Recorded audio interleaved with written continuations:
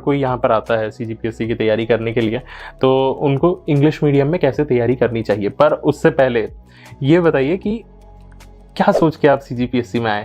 आप इतने साल तक आर्मी की तैयारी करते रहे थे, फिर ऐसा क्या मोमेंट आया, क्या ऐसा हुआ कि आपने ये सोचा कि मुझे CGPSC करनी चाहिए? देखो 17 में मेरा सिलेक्शन हुआ बैंक में। सेम ईयर मेरे एक बहुत क्लोज फ्रेंड है विजय सिंह राजपूत, उनका सिलेक्शन हुआ CGPSC में। उस समय उनको पोस्ट अलॉट हुआ था SDJ, बाद में वेटिंग क्लियर होकर उनका DSP अलॉट हुआ। तो जब उन्होंने क्लियर किया ना, तो मुझे समझ में आया कि नहीं यार कैसे आपके आसपास कोई बंदा निकल के वहाँ जा रहा है। क्योंकि उसके पहले तक मुझे ये लगता था कि नहीं यार, मतलब CGPSC में जाने के लिए ना बहुत पढ़ना पड़ता होगा, कोई बहुत ही इंटेलेक्चुअल माइंड वाले लोग होते होंगे कि पता नहीं उन्होंने 10-12 घंटे 15 घंटे कितनी पढ़ाई की होगी, एकदम होशियार लोग होंगे।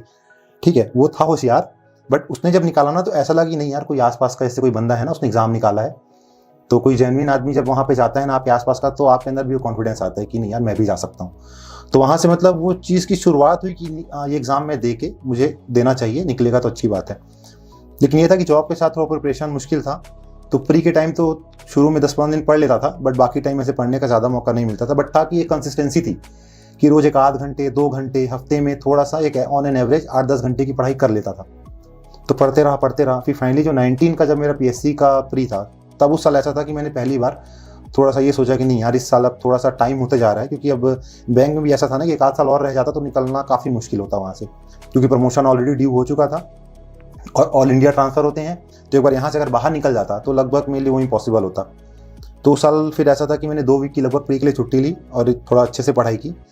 और पहले की पढ़ाई खैर काम आई उसमें। तो फिर प्री क्रैक हुआ। प्री जैसे ही क्रैक हुआ उसके बाद फिर एक आध महीने फिर मस्ती में निकल गया, क्योंकि बहुत कॉन्फिडेंट नहीं था कि प्री निकल ही जाएगा। सडनली क्या हुआ, लॉकडाउन लग गया और लॉकडाउन के बीच में ही आया प्री का रिजल्ट और प्री मेरा निकल रहा था। वहाँ से शुरू हुई मेरी तैयारी मेंस की ऑलमोस्ट मई में। लोगों को तो मैं खैर बताता हूँ कि मेंस की तैयारी पहले करो, बट मेरे केस में ऐसा नहीं था। मुझे लॉकडाउन का खैर फ़ायदा मिल गया।